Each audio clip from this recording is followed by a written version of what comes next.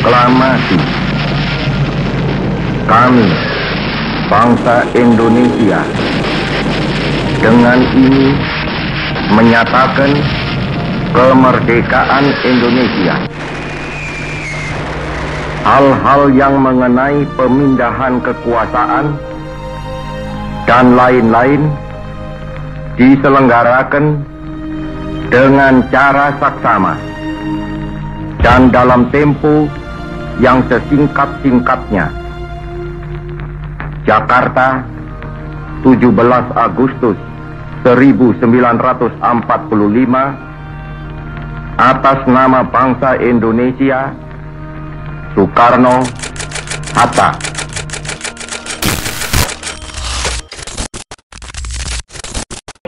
Indonesia telah berdiri. The Republic of Indonesia has been proclaimed. Allahu Akbar. La ilaha illallah Muhammadur Rasulullah. Indonesia merdeka. Indonesia merdeka.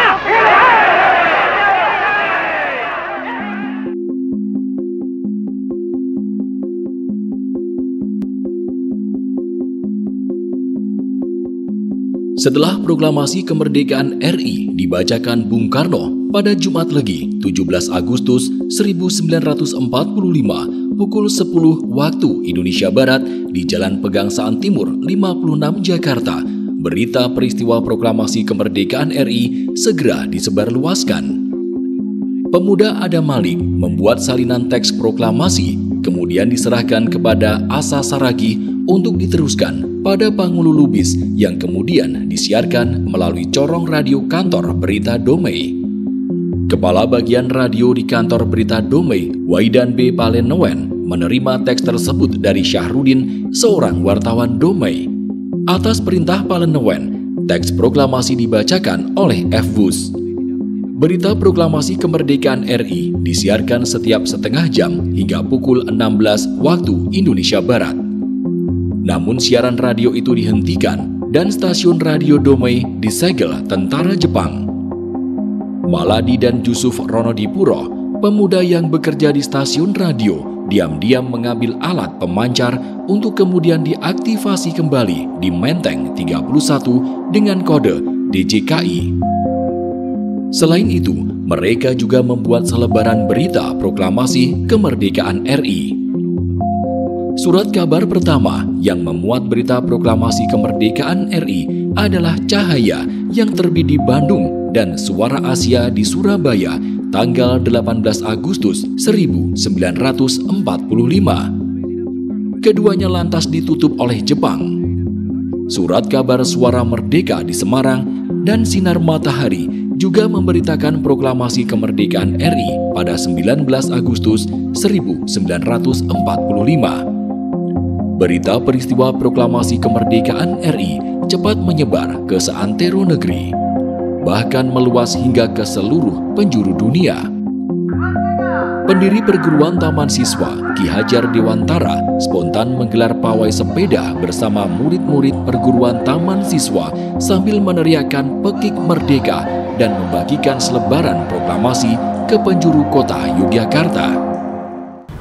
80 tahun yang lalu, di tempat ini, Bapak Ki Hajar Dewantara, Bapak Pendidikan Nasional kita, berdiri dan memimpin perarakan pawai sepeda yang diikuti oleh siswa-siswa pelajar perguruan Taman Siswa. Pawai sepeda ini dilakukan Ki Hajar beserta siswa-siswa perguruan Taman Siswa merespon berita proklamasi kemerdekaan Republik Indonesia 17 Agustus 1945. Saya membayangkan betapa bahagianya Ki Hajar Dewantara 80 tahun yang lalu pada saat memimpin pawai sepeda keliling kota Yogyakarta sambil memekikkan Merdeka, Merdeka. Mengapa?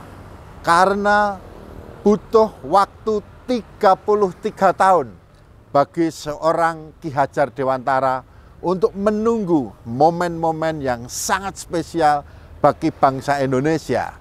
Karena perjuangan beliau diawali ketika tahun 1912 bersama Douwes Dekker dan Dr. Cipto Mangunkusumo dan Ki Hajar yang kita kenal dengan 3 serangkai, pada tahun itu mendirikan Indische Partai yang tujuannya adalah memberikan pendidikan kepada rakyat Indonesia agar memiliki kesadaran dan kebangkitan nasionalisme melawan kolonialisme Belanda. Di Yogyakarta, 1 hari setelah proklamasi kemerdekaan RI, Raja Kasultanan Yogyakarta, Sri Sultan Hamengkubuwono IX dan Adipati Pakualaman KGPAA Pakualam VIII menggelar rapat bersama anggota Komite Nasional Indonesia Daerah. Hasilnya, Dwi Tunggal segera mengirimkan kawat ucapan selamat atas terselenggaranya proklamasi kemerdekaan RI kepada Presiden dan Wakil Presiden. Dwi Tunggal mendukung penuh proklamasi kemerdekaan RI dan menyatakan Yogyakarta menjadi bagian dari Republik Indonesia. Atas dukungan Sri Sultan Hamengkubuwono IX dan Adipati Pakualaman KGPAA Pakualam VIII tersebut, Presiden Soekarno memberikan apresiasi dan rasa terima kasih dengan mengeluarkan piagam kedudukan untuk Sri Sultan Hamengkubuwono IX dan Sri Pakualam VIII. Piagam kedudukan itu dikeluarkan pada tanggal 19 Agustus 1945, tapi baru diserahkan langsung ke Yogyakarta oleh M.R. Maramis dan M.R. Sartono pada tanggal 6 September 1945, sehari setelah Sri Sultan Hamengkubuwono IX dan Sri Pakualam VIII menyatakan bergabung dengan Republik Indonesia melalui amanat 5 September 1945. Pada tanggal 5 September 1945, Sultan Hamengkubuwono ke-9 dan Pakualam ke-8 mengeluarkan amanat yang kita kenal dengan amanat 5 September 1945. Isi dari amanat ini adalah Yogyakarta sebagai sebuah daerah istimewa menyatakan bergabung kepada negara Republik Indonesia. Inilah pernyataan yang luar biasa dari Sultan dari amanat. Pertama kali pernyataan tentang keistimewaan Yogyakarta. Sehari setelah dikeluarkannya amanat 5 September 1945 itu, yaitu pada tanggal 6 September 1945, datang utusan dari Jakarta, yaitu Mr. Maramis dan Mr. Sartono datang langsung menemui Sultan, memberikan sebuah piagam. Ya, piagam ini yang kemudian dikenal sebagai piagam kedudukan. Ya. Walaupun diberikan pada tanggal 6 September, tetapi piagam itu tertanggal 19 Agustus 1945. Isi dari piagam ini adalah sebuah penghargaan, sebuah pengakuan kepada Yogyakarta, Sultan Hamengkubuwono IX dan Pakualam ke-8 yang dengan jerih payahnya, dengan pengorbanan harta, tenaga, dan lain-lain, ini mau atau bersedia berada di bawah Republik. Nah, itulah esensi sebenarnya dari piagam kedudukan tahun 1945. Piagam kedudukan mempunyai 3 makna penting dalam sejarah keistimewaan DIY, yaitu pengakuan, penghargaan, dan perjanjian. Pertama, piagam kedudukan ini merupakan bentuk pengakuan pemerintah Republik Indonesia melalui Presiden Soekarno bahwa Nagari Ngayogyakarta Hadiningrat merupakan daerah istimewa dengan pemerintahan sendiri. Kedua, piagam kedudukan ini juga merupakan bentuk penghargaan atau apresiasi Presiden Soekarno karena Kesultanan Yogyakarta dan Kadipaten Pakualaman telah menyatakan bergabung dan mendukung negara Republik Indonesia. Ketiga, piagam kedudukan ini merupakan wujud perjanjian antara Nagari Ngayogyakarta Hadiningrat dengan pemerintah Republik Indonesia untuk memperjuangkan eksistensi negara Republik Indonesia sehingga Republik Indonesia menjadi negara yang berdaulat penuh. Piagam kedudukan itu memiliki 3 makna. Yang makna pertama adalah makna pengakuan. Makna kedua adalah makna penghargaan. Makna yang ketiga adalah makna perjanjian. Dalam makna pengakuan, ini berarti bahwa piagam kedudukan itu memiliki makna bahwa negara Republik Indonesia melalui Presiden Soekarno itu mengakui keistimewaan Yogyakarta. Nah, inilah baru pertama kali setelah kemerdekaan Indonesia, Yogyakarta diakui secara resmi oleh pemerintah Indonesia lewat pengakuan kedudukan tersebut. Itu makna yang pertama. Makna yang kedua adalah makna penghargaan. Bahwa pengakuan kedudukan itu merupakan bentuk penghargaan dari Presiden Soekarno kepada Sri Sultan Hamengkubuwono IX dan Paku Alam VIII sebagai penguasa Yogyakarta, sebagai Raja Yogyakarta, karena kesediaannya untuk bergabung kepada Republik. Kemudian makna yang ketiga adalah makna perjanjian. Bahwa pengakuan piagam kedudukan itu memiliki makna perjanjian. Artinya apa? Artinya negara Republik Indonesia dan Keraton Yogyakarta dan Paku Alam, Kasunanan Yogyakarta Paku Alam, itu sama-sama berjanji untuk bisa mewujudkan negeri atau negara Indonesia yang merdeka. Karena apa? Karena baik Sultan Paku Alam maupun Soekarno dan rakyat Indonesia, negeri Indonesia itu tidak ingin Belanda menjajah kembali terhadap Indonesia. Kebijakan penguasa Yogyakarta pasca kemerdekaan telah membawa banyak perubahan yang menyentuh sendi-sendi kehidupan berbangsa dan bernegara. Perubahan sendi kehidupan di lingkungan Keraton Yogyakarta yang sebelumnya berdasarkan sistem pemerintahan tradisional yang monarki berubah menjadi bagian dari kekuasaan Republik Indonesia. Keraton semula berfungsi sebagai pusat kekuasaan yang menduduki posisi penting pada generasi Mataram dan seterusnya. Maka di masa Sultan Hamengkubuwono IX dan Paku Alam VIII telah berubah menjadi daerah istimewa sebagai bagian dari Negara Kesatuan Republik Indonesia. Yogyakarta memiliki peran penting dalam sejarah kemerdekaan Indonesia. Kota ini tidak hanya menjadi ibu kota sementara, tapi juga menjadi saksi dari berbagai peristiwa heroik yang dilakukan oleh rakyat Indonesia. Amanat 5 September 1945 mendorong terjadinya peristiwa pengibaran bendera merah putih di Tiokan Kantai, sekarang Gedung Agung, pada 21 September. Pelucutan senjata polisi Jepang di Gayam pada 22 September. Rapat raksasa pelajar seluruh Jawa di Kridosono pada 25 September.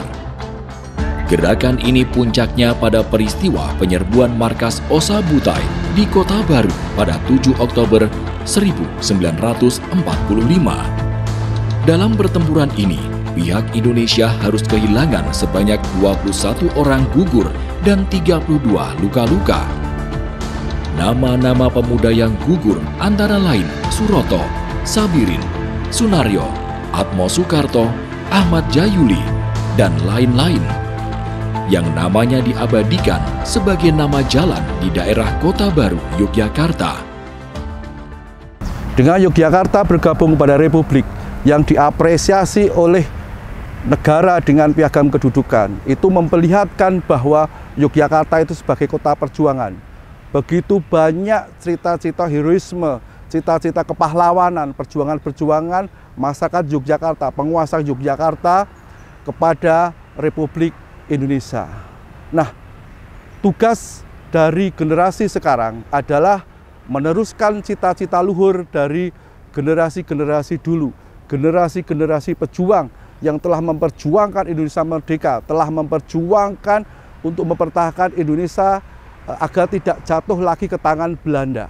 Nah, generasi-generasi muda itu harus banyak belajar banyak memahami tentang kondisi-kondisi sekarang, mempunyai solusi-solusi yang baik untuk bangsa Indonesia yang kedepannya, termasuk adalah rela berkorban, pantang menyerah, dan lain-lain. Itulah tugas dari generasi muda sekarang.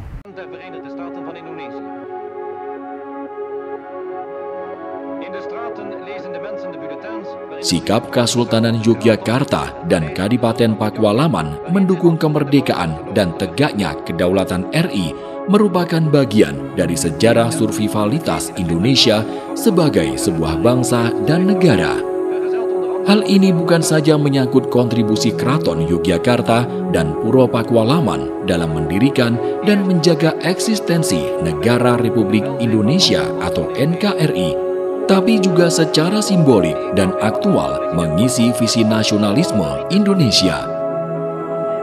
Yang bisa diteladani peristiwa ketika Sri Sultan dan Kanjeng Gusti Pangeran Adipati Arya Pakualam bergabung kepada NKRI adalah yang pertama sifat visioner. Karena kita melihat beliau mempunyai penggalian ke depan yang luar biasa, melihat masa depan cerah ketika kemudian Yogyakarta bergabung kepada NKRI. Yang kedua juga sifat ketegasan beliau, di mana beliau mengambil pilihan untuk kemudian bergabung pada Negara Kesatuan Republik Indonesia. Kemudian berikutnya kami melihat juga rasa nasionalisme dan cinta tanah air yang luar biasa. Kemudian juga ada kerendahan hati maupun berkaitan dengan pengabdian kepada seluruh masyarakat. Karena kita tahu pada saat itu kedua beliau berada di puncak pimpinan di masing-masing, tetapi bersedia untuk kemudian bergabung dengan Negara Kesatuan Republik Indonesia. Selain itu juga kami melihat juga ada solidaritas dan juga rasa persatuan yang luar biasa, karena beliau juga mau untuk kemudian mengirimkan kawat dukungan terhadap pemerintah NKRI ketika itu. Status keistimewaan Yogyakarta merupakan pilihan politik yang diambil penguasa Yogyakarta saat itu dan bukan semata-mata pemberian dari entitas politik nasional. Tugas generasi masa kini adalah ikut berkontribusi mewujudkan cita-cita luhur kemerdekaan RI sebagaimana termaktub dalam Konstitusi UUD 1945, yakni melindungi segenap tumpah darah Indonesia, mencerdaskan kehidupan bangsa, memajukan kesejahteraan umum, turut serta memelihara perdamaian dunia. Perjalanan dari sejarah di Yogyakarta memang masa lalu, tetapi tentu itu harus kemudian kita pahami ada suatu bentuk peristiwa nilai penting yang kemudian bisa berkembang atau dikembangkan pada saat ini. Kami di Panitia Keistimewaan melakukan aktivitas-aktivitas berkaitan dengan bagaimana agar sejarah tidak menjadi bagian hilang. Salah satunya adalah dengan kemudian aktivitas di Sinau Sejarah. Yang lainnya juga ada aktivitas yang kemudian berada di medsos kami melalui film-film dokumenter yang menceritakan peristiwa sejarah ketika itu, maupun juga adanya bentuk-bentuk berkaitan dengan penghargaan-penghargaan terhadap peristiwa-peristiwa sejarah yang ada di Yogyakarta. Kemudian beberapa OPD di daerah Yogyakarta juga difasilitasi dengan dana keistimewaan untuk kemudian melakukan aktivitas yang berkaitan sejarah, apakah itu berkaitan dengan lawatan sejarah ataupun juga aktivitas yang lainnya. Memang berkaitan dengan sejarah ini perlu ada perhatian khusus baik oleh pemerintah maupun komunitas pelaku sejarah yang ada di Yogyakarta. Dengan bersama-sama kami yakin bahwa sejarah di Yogyakarta tidak menjadi bagian hilang dan bahkan bisa menjadi pembelajaran bagi generasi muda agar ke depan bisa lebih baik belajar dari sejarah masa lalu.